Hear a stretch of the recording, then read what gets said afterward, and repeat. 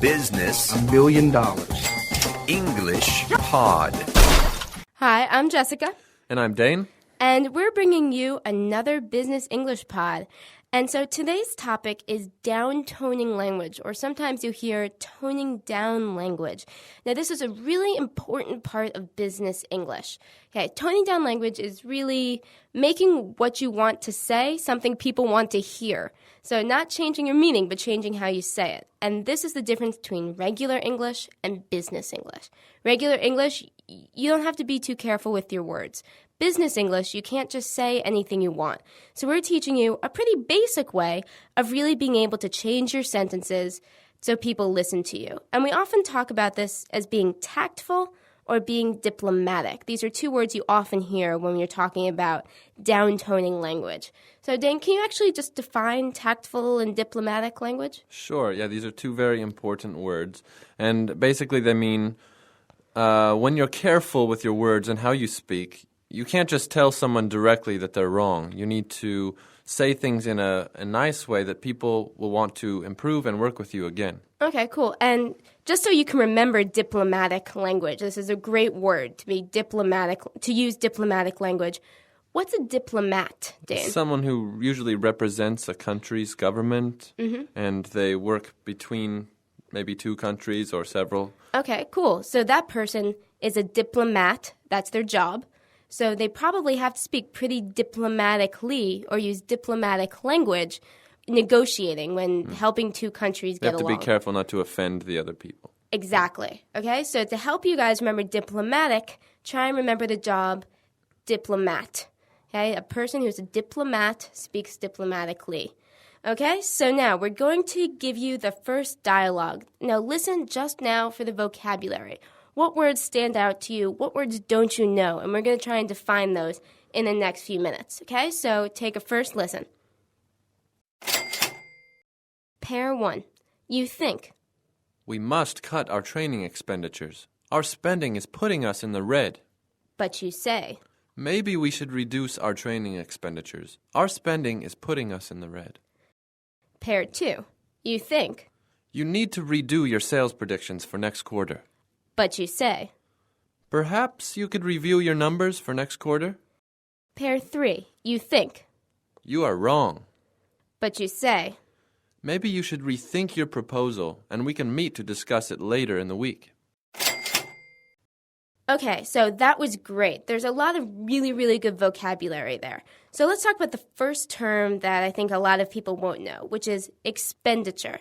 Dane, what's an expenditure? An expenditure is kind of an official business English term that means how much you spend. Okay, right. So would I use expenditure with my friend? I'd be like, hey, what's your expenditure this month? It would sound pretty awkward. Yeah, okay. So we don't use it for friends, we use it for business. And so can you give us an example? Sure. We need to reduce our expenditures or we're going to go over our budget. Okay, we have to reduce the amount we spend, but the high good level word is expenditures. Cool. Okay, the next one is sales predictions. Now, this is a pretty broad term, Dane. Can you sort of help us out with that? Sure.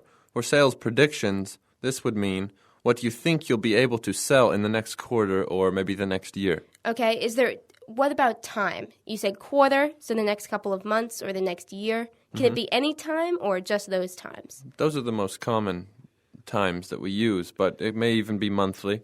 Okay, cool. So you have to say what time you're talking about. Sales predictions for the month, sales predictions for the quarter, sales predictions for the year. So, Dane, can you give us an example, a phrase, how we would use this? Sure. His sales predictions for next quarter are promising. Oh, okay. So you're happy. This guy's doing a good job. The sales predictions for the next quarter are promising. Cool. So the next term we use, it's actually simple words, but sort of a higher level concept. The words are your numbers. So, right. Dane, what do we mean by your numbers? Your numbers can be different in different situations, but basically it means your performance. So if we're talking about sales, it would be your sales numbers. If you're in HR, it might be how many people you hire or your turnover rate. Okay, so it's your performance, how well you're doing. That's right. A really great definition. Okay, and our last one is actually in the red. What does that mean exactly? Oh, okay, it's an idiom. So we're not actually talking about the color. We're talking about in the red means to be losing money. And we actually have two terms. We have in the red, which is losing money, and we have another term called in the black, which is making money. And these are actually two really good business terms that we use a lot. So you might say, our product isn't selling well. We're going to be in the red soon if we can't increase sales. Okay, so that would be a negative. Our product isn't selling well. We're going to be in the red soon. We're losing money. We're going to be in debt soon. That's very useful. All right, so in the black would be the opposite. Our product is selling really well. We were in the red last quarter, but now we're in the black. Okay, so we've made money. Our company is profitable. Okay, so try and use these in your everyday sentences at work. It's a great way to describe a financial situation. Okay, so now the next round, we're going to be talking about how to make your sentences more diplomatic. Now that you understand the language you're listening to, you can sort of understand how to change it and make it a little bit more business English. So let's go to the dialogue for the second time and listen to how the sentences are different, how you go from what you think to what you actually say. Pair 1. You think. We must cut our training expenditures. Our spending is putting us in the red. But you say. Maybe we should reduce our training expenditures. Our spending is putting us in the red. Pair 2. You think. You need to redo your sales predictions for next quarter. But you say. Perhaps you could review your numbers for next quarter? Pair 3. You think. You are wrong. But you say. Maybe you should rethink your proposal, and we can meet to discuss it later in the week. Okay, so great. The two sort of big things that we've listened for here are maybe and perhaps. This is the real diplomatic language that we're going to be talking about. So these words, maybe and perhaps, Dane, where were they in the sentences? We put those at the beginning of the sentence. Okay, and what do they usually do to the sentence that you're putting them in? Usually they soften it and make it just a little bit more polite. Okay, and I guess the one way you could say that is you're sort of making a direct statement, a suggestion. Maybe that's a good idea. Maybe we could do this. Perhaps we could do that. And which one's a little bit more formal? Perhaps is more formal. Okay, so just, you don't usually say perhaps to a friend. You'd use perhaps in like a business meeting. And that's a little bit different. For Americans, we think perhaps is more formal. But if you go to Europe, they use it a little bit more commonly than we do. Okay, so just sort of be aware of the country differences there. Now, we also hear could and should a lot. Dane, what's the difference between could and should? Could and should. Well, should is your responsibility or duty to do something, so you're kind of obligated to do it. Could is a willing need to do something, or usually maybe a request or a comment to do something. Okay, cool. So those are really two sort of clear definitions, when you use one, when you use the other. But we like to use those with maybe and perhaps to make it a little bit more polite. Maybe and perhaps makes a suggestion. Could and should makes it even more polite. So combining them is a great way to make something a little more diplomatic. So Dane, can you actually just give me that second example again? Okay. You need to redo your sales predictions for next quarter. Okay, so that's what you think. You're a boss and you're angry. You're Right. telling your employee. It's very direct. Okay, so now what's the polite way to say it? We would say, perhaps you could review your numbers for next quarter. Okay, so the first time you said redo, and the second time you said review, right? Right. So not only did you use maybe and perhaps, but now let's look at this sort of word change. Okay? You So can also say rethink. okay, well, what's the difference between review and rethink?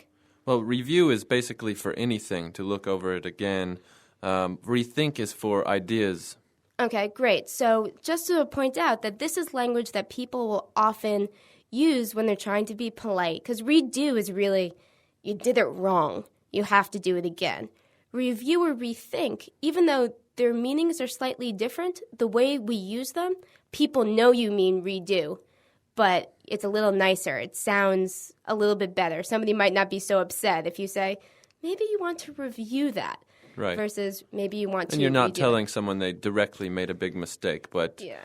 you're inferring that they need to look at it again. Okay, that's exactly what I want to say. That's perfect. Okay, so try and remember that you can also change up words. So we gave you a good suggestion to change redo with review and rethink.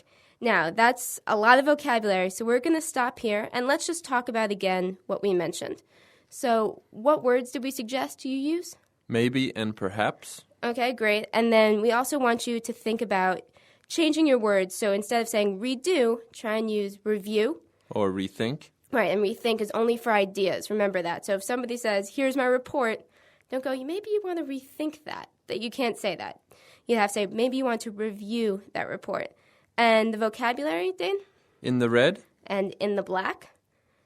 Your numbers. Sales predictions.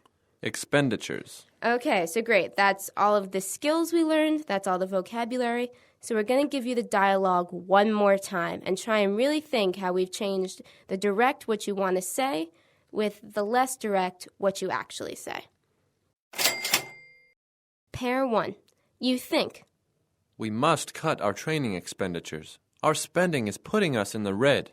But you say. Maybe we should reduce our training expenditures. Our spending is putting us in the red. Pair 2. You think. You need to redo your sales predictions for next quarter. But you say. Perhaps you could review your numbers for next quarter? Pair 3. You think. You are wrong. But you say. Maybe you should rethink your proposal, and we can meet to discuss it later in the week. Now, go to the website. Apply what you've learned. Ask a question.